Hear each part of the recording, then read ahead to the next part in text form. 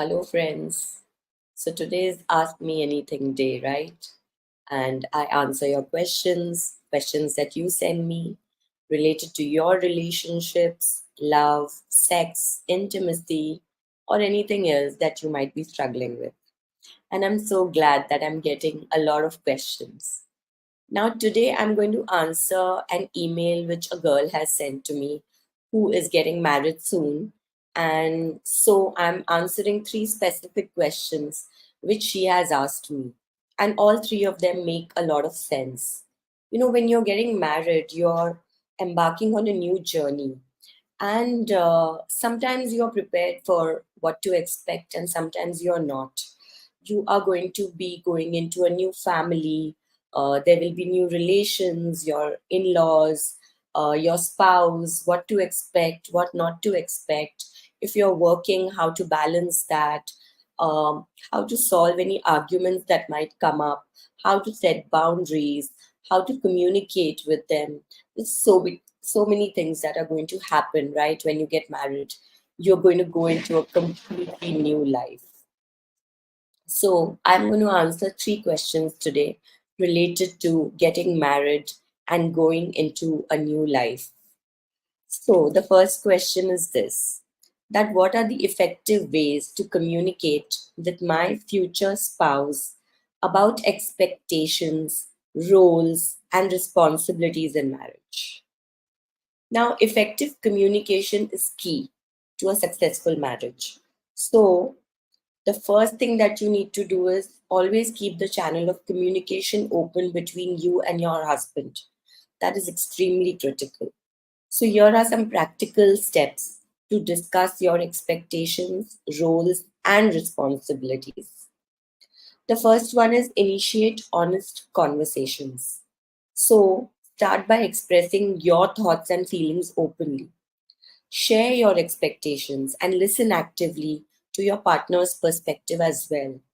For example, discuss your views on career aspirations, family planning, division of household responsibilities, what each person needs to take care of so that you can avoid arguments later. Point number two, create a safe space. Ensure that your conversations are conducted in a safe and non judgmental environment. Make it clear that both of you can express your thoughts without fear of criticism. This encourages openness and honesty. Always do it alone when you're in the room.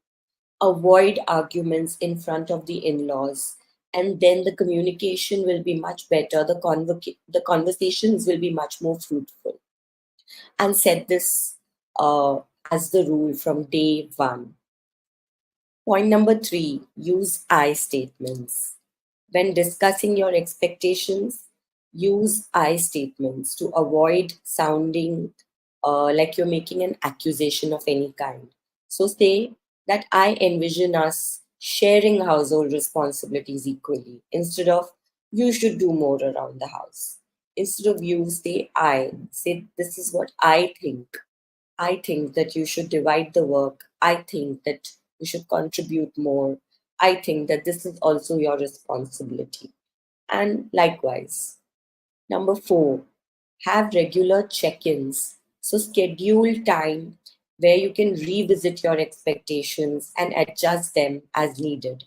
As you keep going, as life evolves, so do your goals and priorities. So, regular communication helps ensure that you remain on the same page. So, as things keep evolving in your relationship, as you start getting to know each other more, understand the family and everything else much better, keep the communication channel open and keep checking in to see where you are and what you need to change. Number five, compromise. So be flexible, be prepared to compromise and find some common ground. Marriage often involves finding a balance between individual expectations and shared responsibilities. So, flexibility and adaptability are crucial. You have to understand that certain compromises have to be made on your side as well. Not that only you have to make the compromises, but yes, certain compromises you will have to make. Because in every relationship that is required, be it with your parent, be it with your sister, be it with a friend, we always compromise somewhere or the other in every relationship to keep them going. So these are the 5 things that you need to keep in mind and start following right from the beginning of your marriage so that you can keep going and you can communicate to your spouse. The next question: how do I maintain a sense of independence and self identity within the context of marriage? Now, this is such an important question. Girls tend to lose their identity. Once they get married, everything is just about the husband and the in laws, and then later the kids. But you need not do that. You need not lose yourself completely in that marriage. And if you start working on that right in the beginning, then you will be able to even find yourself in that marriage. So, maintaining independence while being part of a marriage is very important. And here's how you can achieve that. Number one, continue following and pursuing your personal interests. So, whether there are hobbies or there are any interests that you have, whether it is a career goal, whether it is a personal project, maintaining a sense of self involves dedicating time to these activities that brings you joy and fulfillment. So continue doing these activities. Don't stop because you don't have time. Make time for it. Second, communicate openly with your partner. Discuss your need for independence with your partner very openly. It is essential that both of you understand and respect each other's desire for personal space and individual growth. Share your goals and encourage your partner to do the same. That will be really helpful for your marriage.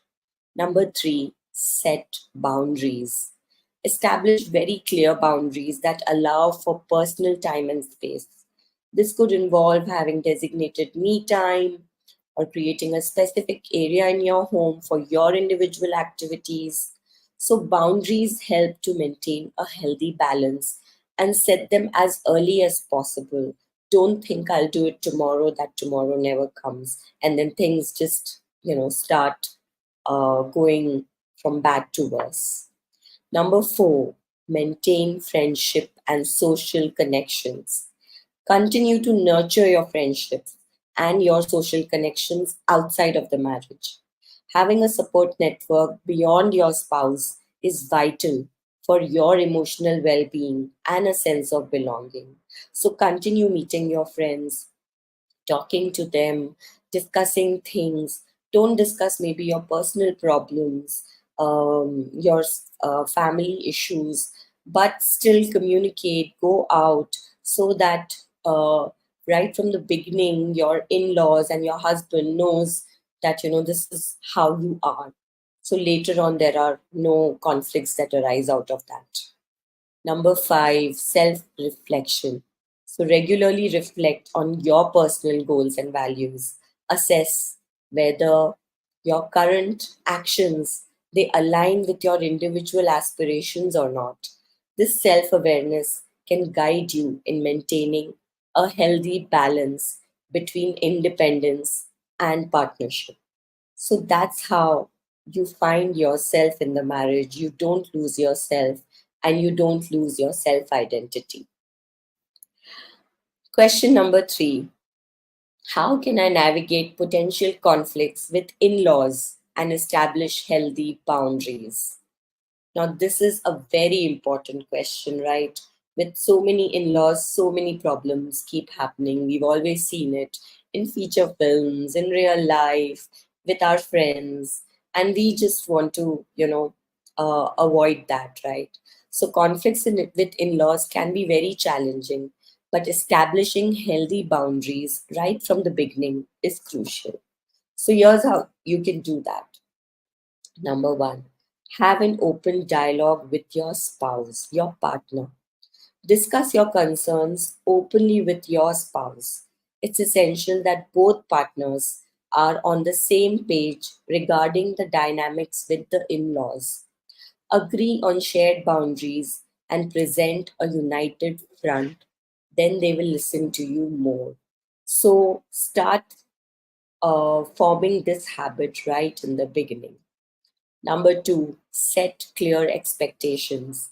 Clearly communicate your expectations and boundaries to your in laws. For example, if you prefer privacy in certain matters, express it respectfully but assertively. So, setting clear expectations will help prevent misunderstandings later. Do this. Third point, be empathetic. Understand that conflicts may arise from different perspectives and expectations, but approach disagreements with empathy and seek to understand motivations behind your in law's actions. They can, maybe they are coming from a place where they actually care. So, this can foster a more constructive dialogue. So, be kind, be empathetic. Don't just immediately jump to conclusions. Number four, establish mutual respect. Work towards establishing mutual respect between you and your in laws. This involves acknowledging each other's values, opinions, and roles within the family. Open communication and respect are the foundation of healthy relationships. Number five, seek professional guidance if needed. If conflicts are persisting, if you're not being able to find the solutions, then consider seeking the assistance of a family therapist or counselor or a relationship coach like me. Professional guidance can provide strategies for navigating complex family dynamics and establishing healthier relationships. So remember that the key is open communication, mutual respect, a willingness to work together to find solutions. While conflicts may arise, approaching them with understanding and a commitment to maintain healthy boundaries that can contribute to a more harmonious family dynamic. So that's all, folks, for today. My voice is really bad, and I hope I recover fast. But I hope I was able to answer some questions and help you. I can see that you're going to get married soon, so wish you all the best. I hope you go in that marriage with tons of knowledge and a lot of strength and are able to navigate through whatever comes your way. And always remember that coaches like us are always there to help you. So reach out to us if you need to. Don't struggle alone in your relationship. That is a request which I always make to everyone, that in whichever relationship you are, and if you're facing any problems, please give it a chance and try to solve the problem with the help of a counselor, therapist, coach, whoever you think can help you.